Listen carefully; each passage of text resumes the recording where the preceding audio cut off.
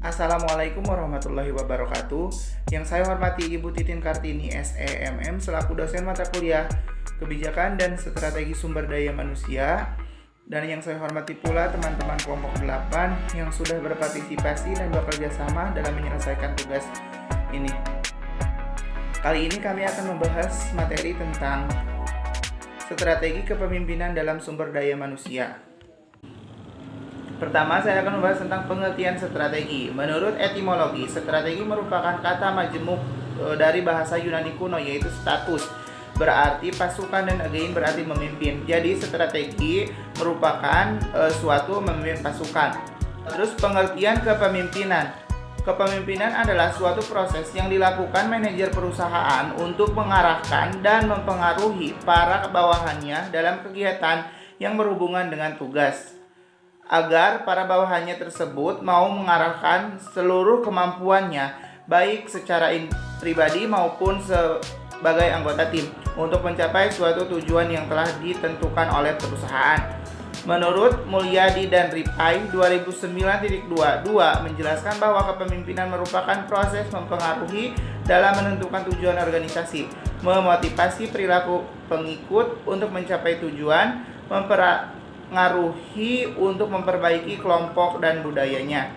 Selanjutnya yaitu pengertian sumber daya manusia. Sumber daya manusia merupakan salah satu sumber daya yang terdapat dalam sebuah perusahaan atau organisasi, meliputi semua orang yang melakukan aktivitas. Sumber daya manusia merupakan satu-satunya sumber daya yang memiliki akal, perasaan, keinginan, keterampilan, pengetahuan, dorongan, daya, dan karya atau rasio, ras, dan karsa. Semua potensi sumber daya manusia tersebut berpengaruh terhadap upaya organisasi dalam mencapai tujuan perusahaan.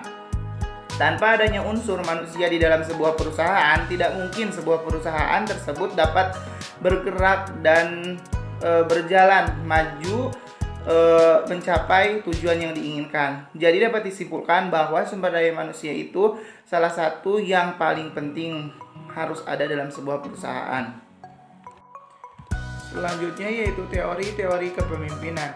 Menurut Mulyadi dan Ripai 2009.27 mengemukakan beberapa teori kepemimpinan.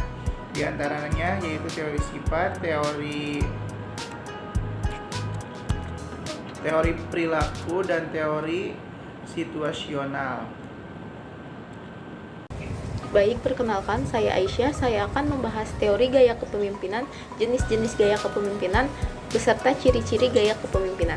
Teori gaya kepemimpinan. Gaya kepemimpinan adalah di mana pemimpin saat berinteraksi dengan para pengikutnya dalam proses kepemimpinan. Gaya kepemimpinan sangat penting untuk mencerminkan apa yang dilakukan oleh pemimpin dalam mempengaruhi para pengikutnya untuk merealisasikan visinya. Selanjutnya ada jenis-jenis gaya kepemimpinan. Yang pertama ada gaya persuasif, yaitu gaya kepemimpinan dengan menggunakan pendekatan menggunakan perasaan, pikiran, atau dengan kata lain melakukan ajakan atau bujukan. Yang kedua ada gaya represif, yaitu gaya kepemimpinan dengan cara memberikan tekanan-tekanan, ancaman-ancaman sehingga bawahan merasa ketakutan. Yang ketiga ada gaya partisipatif, yaitu gaya kepemimpinan di mana memberikan kesempatan kepada bawahannya untuk secara aktif baik mental, spiritual, fisik maupun materi dalam kiprahnya di organisasi. Yang keempat, ada gaya kepemimpinan inovatif, yaitu pemimpin yang selalu berusaha dengan keras untuk mewujudkan usaha-usaha pembaharuan di dalam segala bidang, baik bidang politik, ekonomi, sosial, budaya, atau setiap produk terkait kebutuhan manusia. Yang kelima, ada gaya edukatif, yaitu pemimpin yang suka melakukan pengembangan kepada bawahannya dengan cara memberikan pendidikan atau keterampilan sehingga bawahannya memiliki pengalaman dan wawasan yang lebih baik dari hari ke hari. Yang keenam ada gaya motivatif, yaitu pemimpin yang dapat menyampaikan informasi, ide-idenya, program-programnya, dan kebijakan-kebijakan kepada bawahannya dengan baik. Yang ketujuh, gaya paternalistik, yaitu pemimpin yang menganggap bawahannya tidak dewasa. Selanjutnya ada ciri-ciri kepemimpinan. Yang pertama kecerdasan, yaitu penelitian-penelitian pada umumnya mewujudkan bahwa seorang pemimpin yang mempunyai tingkat kecerdasan yang lebih tinggi daripada pengikutnya. Yang kedua, kedewasaan sosial dan hubungan sosial yang luas. Yang ketiga, motivasi diri dan dorongan berprestasi. Pemimpin secara relatif mempunyai motivasi dan dorongan berprestasi yang tinggi. Yang keempat, sikap-sikap hubungan manusiawi. Seorang pemimpin yang sukses akan mengakui harga diri dan martabat-martabat pengikutnya, mempunyai perhatian yang tinggi dan berorientasi pada bawahannya. Saya Siti Nurjana. Di sini saya akan menjelaskan tentang sifat-sifat kepemimpinan. 1. Keinginan untuk menerima tanggung jawab. Apabila seorang pemimpin menerima kewajiban untuk mencapai suatu tujuan, berarti ia bersedia untuk bertanggung jawab pada pimpinannya terhadap apa yang dilakukannya, bawahannya, dan mengatasi tekanan kelompok informal, bahkan kalau perlu dari organisasi buruh. Kedua, kemampuan untuk bisa perseptif, menunjukkan kemampuan untuk mengamati atau menemukan kenyataan dari suatu lingkungan. Ia memerlukan kemampuan untuk memahami bawahannya, sehingga ia dapat mengetahui kekuatan dan kelemahan mereka, serta berbagai ambisi yang ada. Di samping itu, harus mempunyai persepsi introspektif, memandang atau menilai dirinya sendiri, sehingga ia bisa mengetahui kekuatan, kelemahan, dan tujuan yang layak baginya. Ketiga, kemampuan untuk menentukan prioritas. Keempat, kemampuan untuk bersikap objektif. Objektif adalah kemampuan untuk melihat suatu masalah secara rasional dan personal. Kelima, kemampuan untuk berkomunikasi. Kemampuan untuk memberikan dan menerima informasi merupakan keharusan bagi seorang pemimpin. Seseorang pemimpin adalah seorang yang bekerja dengan bantuan orang lain. Karena itu, pemberian perintah dan penyampaian informasi kepada orang lain mutlak perlu dikuasai. Selanjutnya saya akan menjelaskan tentang peran yang harus dimiliki seorang pemimpin. Yang pertama, integration, yaitu tindakan-tindakan yang mengarah kepada peningkatan koordinasi. Kedua, communication, yaitu tindakan-tindakan yang mengarah kepada peningkatan saling mengerti, penyebaran informasi, transmission of information. Ketiga, product emphasis, yaitu tindakan-tindakan yang berorientasi pada volume pekerjaan yang dilakukan. Keempat, fraternization, yaitu tindakan-tindakan yang menjadikan pemimpin dan bagian bagi kelompoknya. Kelima, organization, yaitu tindakan-tindakan yang mengarah pada perbedaan dan penyesuaian daripada tugas-tugas. Keenam, evaluation, yaitu tindakan-tindakan yang berkenaan dengan pendistribusian dan ganjaran-ganjaran atau hukuman-hukuman. Ketujuh, imitation, yaitu tindakan-tindakan yang menghasilkan perubahan-perubahan pada kegiatan organisasi. Kedelapan, domination, yaitu tindakan-tindakan yang menolak pemikiran-pemikiran seseorang atau anggota kelompok. Saya Warmasi akan membacakan materi gaya kepemimpinan menurut para ahli. Menurut Mulyadi dan Rifai 2009, gaya kepemimpinan adalah pola penyeluruh dari tindakan seseorang pemimpin, baik yang tampak maupun yang tidak tampak oleh bawahannya, serta menggambarkan kombinasi yang konsisten dari filsafat, keterampilan, sifat, dan sikap yang mendasari perilaku seseorang. White dan Lipit yang dikutip oleh Rekso Hadiprojo dan Handoko 2001 mengemukakan dua tipe kepemimpinan, yaitu di antara lain 1. Otokratis, 2. Demokratis.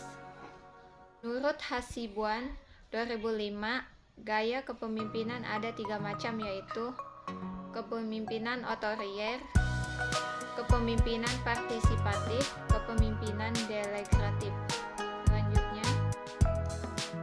Selanjutnya, menurut George R. Terry yang dialihbahasakan oleh G.A. Ticolu 2001-2003, terdapat 6 gaya kepemimpinan, yaitu 1. Kepemimpinan pribadi (personal leadership).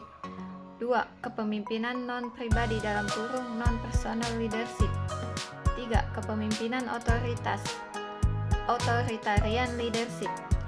4. Kepemimpinan demokrasi (democratic leadership). 5. Kepemimpinan paternalistis (paternalistic leadership). 6. Kepemimpinan bakat (indigenous leadership). Perkenalkan, nama saya Ahmad Faizul dari kelompok 8. Di sini saya akan menjelaskan mengenai contoh kepemimpinan sumber daya manusia atau SDM. Organisasi dapat berjalan jika di dalamnya terdapat sumber daya manusia yang menopang. Bahkan salah satu faktor yang menjadi kekuatan utama bagi organisasi adalah kekuatan manusia, yakni kemampuan manusia untuk bekerja, kemampuan manusia untuk berpikir, kemampuan manusia untuk berperilaku. Di dalam sebuah organisasi terdapat yang dinamakan pihak sebagai manajer. Manajer memiliki peran sebagai pemimpin organisasi untuk memastikan fungsi manajemen terpenuhi. Di Indonesia sendiri ada satu perusahaan yang memiliki kepemimpinan SDM yang baik, yaitu PT Gojek Indonesia yang didirikan oleh Nadiem Makarim pada tahun 2015. Perusahaan ini adalah perusahaan pelopor teknologi pertama yang mengaplikasikan teknologi untuk mensejahterakan masyarakat Indonesia. PT Gojek Indonesia sendiri memiliki kurang lebih 650.000 pelanggan atau mungkin 650.000 mitra. Nah, perusahaan ini dipimpin sangat baik oleh Nadiem Makarim, sehingga ketika peluncurannya pada 2015 hingga saat ini, perusahaan ini sudah memiliki dan membuka banyak sekali lapangan pekerjaan untuk masyarakat Indonesia. Setelah mengeluarkan aplikasi dan meluncurkan aplikasi layanan Gojek, berkembang sangat pesat sekali, sehingga pertumbuhan ekonomi terutama untuk warga di wilayah Jakarta sangat terbantu sekali dan mengurangi sedikitnya angka pengangguran di wilayah Jakarta sendiri. Selain itu, PT Gojek Indonesia sendiri sekarang sudah ada hampir di beberapa kota besar dan bahkan ke luar negeri, sudah bekerja sama dengan luar negeri. Kesimpulan dari kepemimpinan SDM adalah bahwa strategi adalah suatu proses penentuan rencana untuk para pemimpin puncak yang berfokus pada tujuan jangka panjang organisasi. Kepemimpinan adalah bagian yang dianggap penting dalam sebuah manajemen, yang dimana melekat pada diri seorang pemimpin membentuk kemampuan dan proses untuk mempengaruhi orang lain di bawah perorangan kelompok atau bawahan agar ikut perorangan maupun kelompok berlaku seperti apa yang dikehendaki pemimpin. Sumber daya manusia juga menjadi salah satu faktor penting dalam terwujudnya organisasi yang baik. Teori-teori kepemimpinan menurut Mulyadi dan Rifai yaitu teori sifat, teori yang memandang kepemimpinan sebagai suatu kombinasi sifat-sifat yang tampak dari pemimpin. Kedua, teori perilaku. Teori perilaku ini memutuskan perhatiannya pada dua aspek perilaku, yaitu fungsi kepemimpinan dan gaya kepemimpinan. Yang ketiga adalah teori situasional. Teori ini mengisyaratkan pemimpin untuk memilih keterampilan diagnostik dalam perilaku manusia. Gaya kepemimpinan seseorang adalah perilaku yang dilakukan dan ditunjukkan oleh pemimpin dalam memberikan pengarahan terhadap bawahannya. Dengan rasa mempercayai, bawahan juga memuat bagaimana cara bekerja sama dengan bawahannya dalam mengambil keputusan, pembagian tugas, wewenang, bagaimana cara berkomunikasi, dan bagaimana hubungan di antara pemimpin dan bawahan tersebut. Di dalam organisasi terdapat pihak yang dinamakan manajer. Manajer ini memiliki peran yang secara umum untuk memastikan fungsi manajemen terpenuhi.